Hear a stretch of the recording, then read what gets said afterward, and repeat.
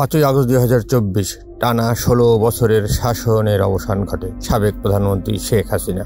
ছাত্র জনতার প্রবল গণ আন্দোলনের মুখে তিনি দেশ ছেড়ে চলে যান। এরপর ক্ষমতায় বসে বিশ্ববরেণ্য নোবেল বিজয়ী প্রফেসর ডক্টর মোহাম্মদ ইউনূস। জনগণ হতাশ, আমরা হতাশ।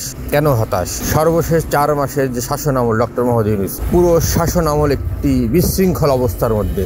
দ্রব্যমূল্যের ঊর্ধ্বগতি, যদিও সমসাময়িক দ্রব্যমূল্য কিছুটা নিম্নগতি, কিন্তু জনজীবনে কোনো নিরাপত্তা নেই। মানুষ নিরাপত্তাহীনতায় ভুগছে। আইন শৃঙ্খলা পরিস্থিতির চরম অবনতি। এমত অবস্থায় ডক্টর ইউনূসের প্রতি জনগণ পুরোপুরি আস্থাহীন। কিন্তু আর কেন এই অবস্থা? বিশাল প্রত্যাশা নিয়ে ডক্টর মোহাম্মদ ইউনূসকে আনা হয়। সবচেয়ে বড় যে বিষয়টি, রাজনৈতিক বিশ্লেষকদের মতে ডক্টর ইউনূস তিনি একটি এনজিওর পরিচালক ছিলেন, একটি এনজিওর প্রতিষ্ঠাতা এবং এনজিওর কর্ণধার, কিন্তু রাষ্ট্র চালানো পুরো বিষয়। এই রাজনৈতিক দলগুলো সাধারণত দেশের প্রতিটি জেলা, উপজেলা, এমনকি ইউনিয়ন পর্যায়ে পর্যন্ত তাদের সংগঠন থাকে, কিন্তু ডক্টর ইউনূসের ক্ষেত্রে সেটি হয়নি। আর বৈষম্য বিরোধী ছাত্র আন্দোলনের যারা ডক্টর ইউনূসকে সাপোর্ট করছে তারাও সেভাবে কোনো ছাত্র সংগঠন নয়, যেহেতু তারা এমন কোনো সংগঠন নয় যে তাদের সারা বাংলাদেশব্যাপী একটি সমন্বয়হীনতা। আর এই সমন্বয়হীনতাই ডক্টর ইউনূসকে সফল হতে দিচ্ছে না। জনগণ, হ্যাঁ বন্ধুরা, জনগণ আবার বলতে শুরু করেছে আমরা তো শেখ হাসিনার আমলেই ভালো ছিলাম, জনজীবনে নিরাপত্তা ছিল। শেখ হাসিনার আমলের অনেক কর্মসূচি, বিশেষত সামাজিক অনেক কর্মসূচি ডক্টর ইউনূস এসে বন্ধ করে দিয়েছে, যার কারণে দরিদ্র জনগোষ্ঠীর মধ্যে একটি বিরূপ প্রতিক্রিয়া সৃষ্টি হয়েছে এই সরকারের প্রতি। আজকে বাংলাদেশের এখনো বেশিরভাগ মানুষ দরিদ্র। এই দরিদ্র জনগণের একটাই কথা, আবার শেখ হাসিনাকে ফেরত আনা উচিত। শেখ হাসিনার আমলেই আমরা ভালো ছিলাম। বছরের আজকে শেষ দিন, জনগণ আবার শেখ হাসিনাকে চায়। আমরা দেখি নতুন বছরে কি ঘটে বাংলাদেশের রাজনৈতিক প্রেক্ষাপটে। অপেক্ষায় রইলাম। আসলে যে সিন্ডিটা চালায় সারা ঢাকা শহর গ্যাসের জন্য করি,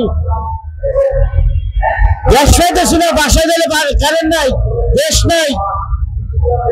তাহলে ভাই এই যে যেগুলো সংস্কার বলেন, এগুলো বন্ধ করেন, দ্রুত নির্বাচনের ব্যবস্থা করেন, জনগণের স্বস্তি দিন। আর আপনার সংস্কার যদি করতে হতো তাহলে 600 লোক গেল কোথায়? ওই 600 লোক কি ভারতে যায় বাংলাদেশের বিরুদ্ধে ষড়যন্ত্র করার জন্য পলাইতে সুযোগ দিয়েছেন? বাংলাদেশে 11 কোটি লোক, কিন্তু এগুলো কিন্তু খুব শান্তিপ্রিয় লোক। এগুলোর কিন্তু আর কষ্ট দিয়ে না। যদি কষ্ট যদি দেন, আওয়ামী লীগের মতো যদি এমন যদি খেলে খুঁজাইতে থাকেন, একবার দেওয়ালে পেট থেকে গেলে কিন্তু পলাইনের জায়গা পাবেন না। কিন্তু আপনারা যারা বর্তমানে সামান্য বাংলাদেশের অটো হিসাবে বন্ধ করতে পারলেন না, দেশের মানুষের যে মৌলিক অধিকার, আমাদের তো পরিবহনের কাছে একটা গ্যাস লাগে, গ্যাসটা দিতে পারলেন না, বাসা বাড়ি গ্যাস দিতে পারলেন না, ঠিক মতো দেয়া দেখে আজকে কোনো জায়গায় কৃষি করতে পারলেন না, আইন শৃঙ্খলা ঠিক করতে পারলেন না। আর আপনি কি সংস্কার করবেন? আর কি সংস্কার করে আপনি নির্বাচন দিবেন? আরে সংস্কার করতে গেলে তো সংসদ লাগে। আপনি সংসদ কোথায়? আপনি কি আইন পাস করেন কোথায়? আমি তো কিছু বুঝতে পারতেছি না।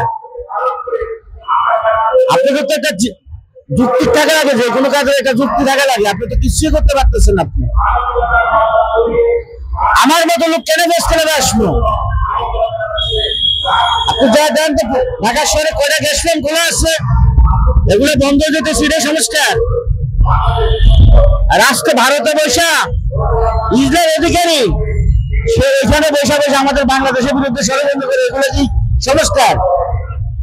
এগুলো সবগুলো তো আমাদের বন্ধ করা উচিত। এগুলো সব বন্ধ হয়ে যাবে। আপনি দ্রুত নির্বাচনের ব্যবস্থা করেন। আজকে ওরা দল ঘোষণা করতেছে করে, ওরাও নির্বাচনে আসুক।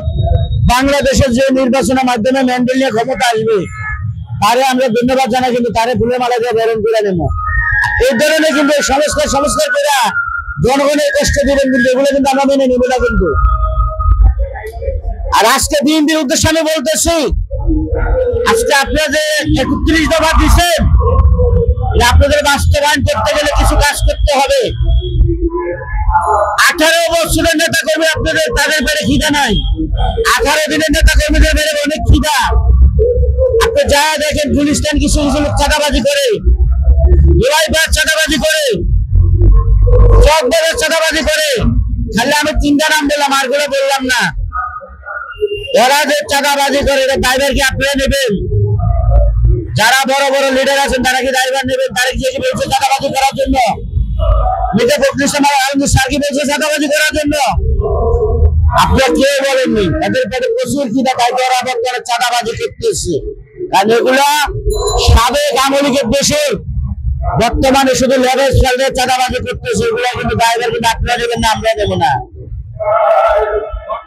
এই টকশোতে সাক্ষাৎকার দিতে যাওয়া মুখে দাড়ি পালাইছি, দাড়ি পালাইয়া দুদিন ছিলেন, দুদিন দেখা পলে আসছিলাম, মারা যায়নি। যদি মারতে হয় বুকে গুলি করবেন না পিড়ে করবেন, সত্যি কথা বলবো।